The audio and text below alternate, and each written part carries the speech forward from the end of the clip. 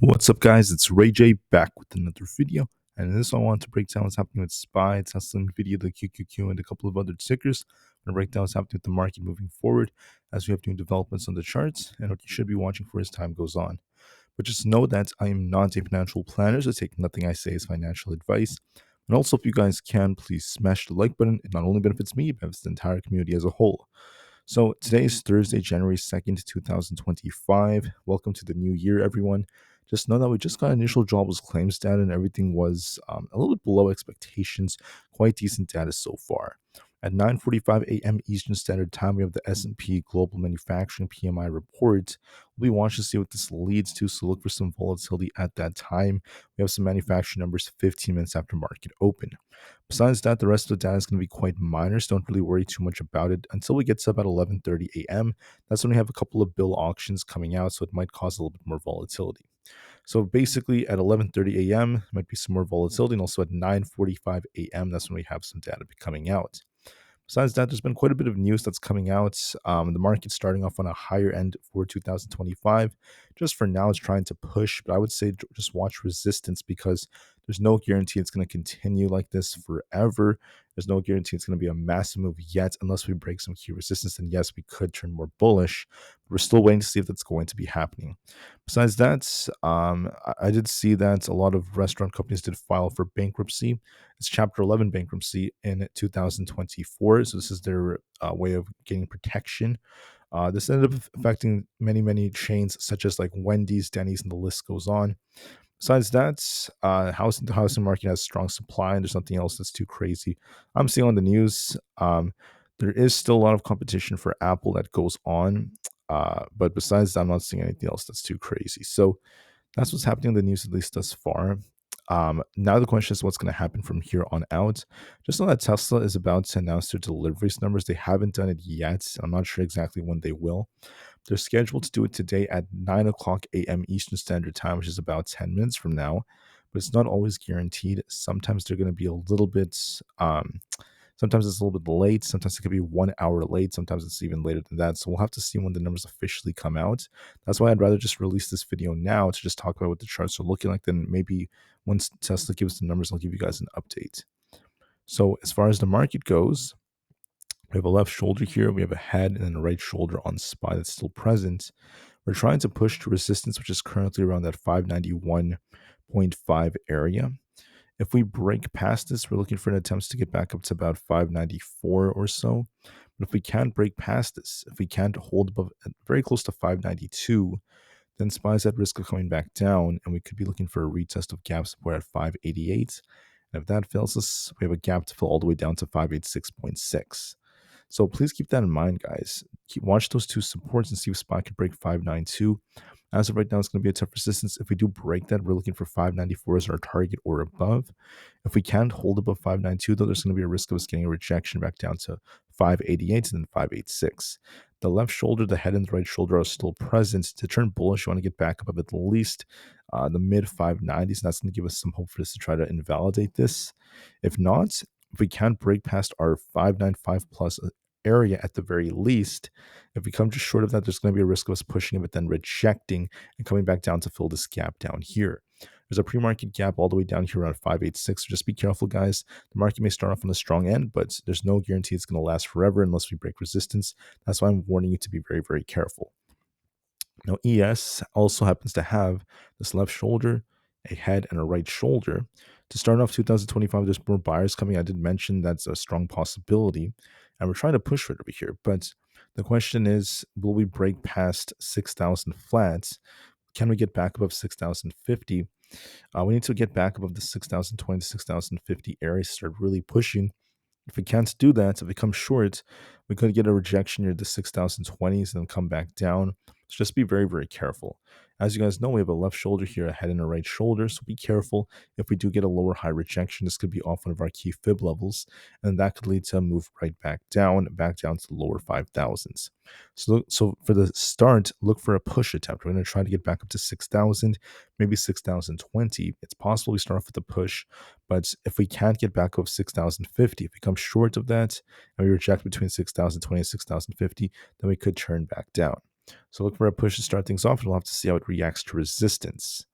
For NVIDIA, this is still a little bit lackluster. It's technically on a bit of a downtrend, but there are buyers defending it. It's going to be fighting 136.5 as our resistance. If that breaks, we're looking for essentially 138.5. We also happen to have a nice inverse cup and handle that's sort of formed. So if we can't surpass these highs around 140, there's a good chance that this is going to push and then come back down. So I want to give you guys a warning about that. We may attempt to get back up to 138, but I want to see it break past 140 to have hopes of trying to push back up to these highs.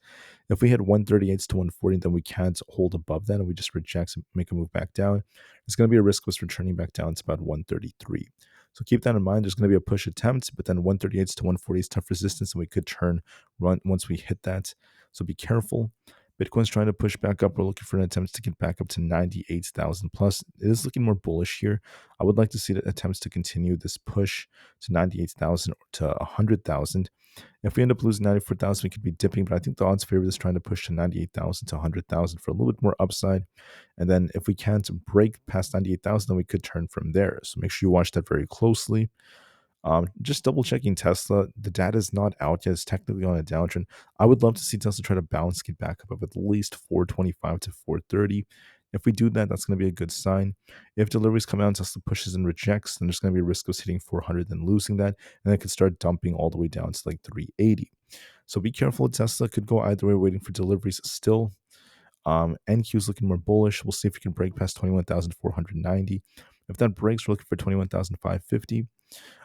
But just know that I want to get above like 21,700 or so to really start pushing.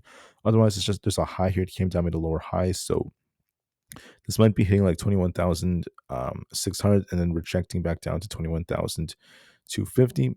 So there's going to be a risk of pushing, then rejecting, making a lower high here if we don't break past these EMAs. For now, look for an attempts to push. It's going to try to push for about 21,545. So it might actually push quite a bit, but then there's going to be a risk of rejection if we can't break past 21,700. For the QQQ is a high here, made a lower high. This will attempts to push to about 518 to 521. In this range, we might be pushing here, and if we break 521, we could try to push higher for like 525. But if we reject off 521 to 518, if we hit that range and reject, this could be dipping back down to 511. So be careful. We'll have to see if we make a lower high and reject, or if we break resistance. Look for an attempt to push to start things off, and we'll see if we reject or not. For Aapl, we're showing a little bit of weakness because of some negative news that's come out. So just keep that in mind, guys. With the way things are going, there's this imbalance to fill down here. You want to see Aapl reclaim 250 to 251. If we can't, there's going to be a risk of dipping to 246. So I'm seeing a little bit of weakness in Aapl for now. Palantir tried to rebound. We're looking for an attempt to test 78 or so. If we can't break that, we could be turning back down to fill this gap to 75.5. So yes, it's going to try to bounce, but if we can't hold above 78, there's a risk of it rejecting back down. For the IWM Russell 2000, we look a bit more bullish. We're looking for 225.28 as our resistance, not to mention higher levels. We could hit 225 to 227, and if we reject off that, we're going to be tipping back down to where this gap is at 221. There's a gap to fill down here in the IWM, but if we can't even get much of a push, there's also the possibility of a head and shoulders here.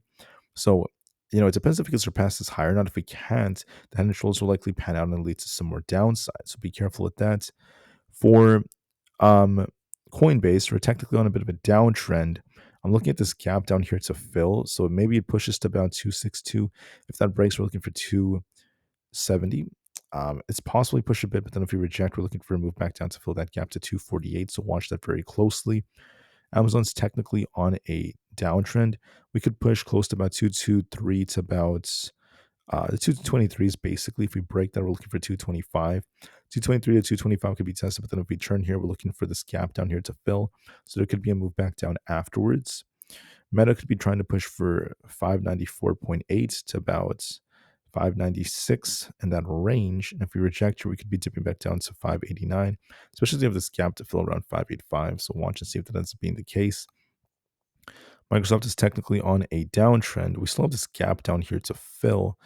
I think we will attempt to test 428.8 to 430. And if we reject, we're looking for a dip back down to fill that gap. For Google's technically on a, there's the possible head and shoulders that's present on the left shoulder here, a head and a right shoulder. We're going to be trying to test 193. If we can't hold above that, there's going to be a risk of rejecting, coming back down to the 188 area. Just be careful, guys. In a nutshell, the market is trying to push higher. I think it will go a little higher, but then be careful if we do get some kind of rejection or not. And we'll have to see what kind of move we end up making. With that being said, guys, sorry I'm not going to cover Tesla's deliveries yet. We'll be waiting to see when they end up coming out, and it's going to cause a very, very big move for Tesla. We'll have to wait and see until the time finally comes. It may be coming out very soon. I'll give you guys an update soon on that. But with that being said, I thank you all so much for listening. There is limited time until the market opens, so I'm going to upload the video from here. Be on the lookout for Tesla's deliveries. Once they come out, expect a very, very big move, and we'll see how things end up going. Thank you for listening, and peace out.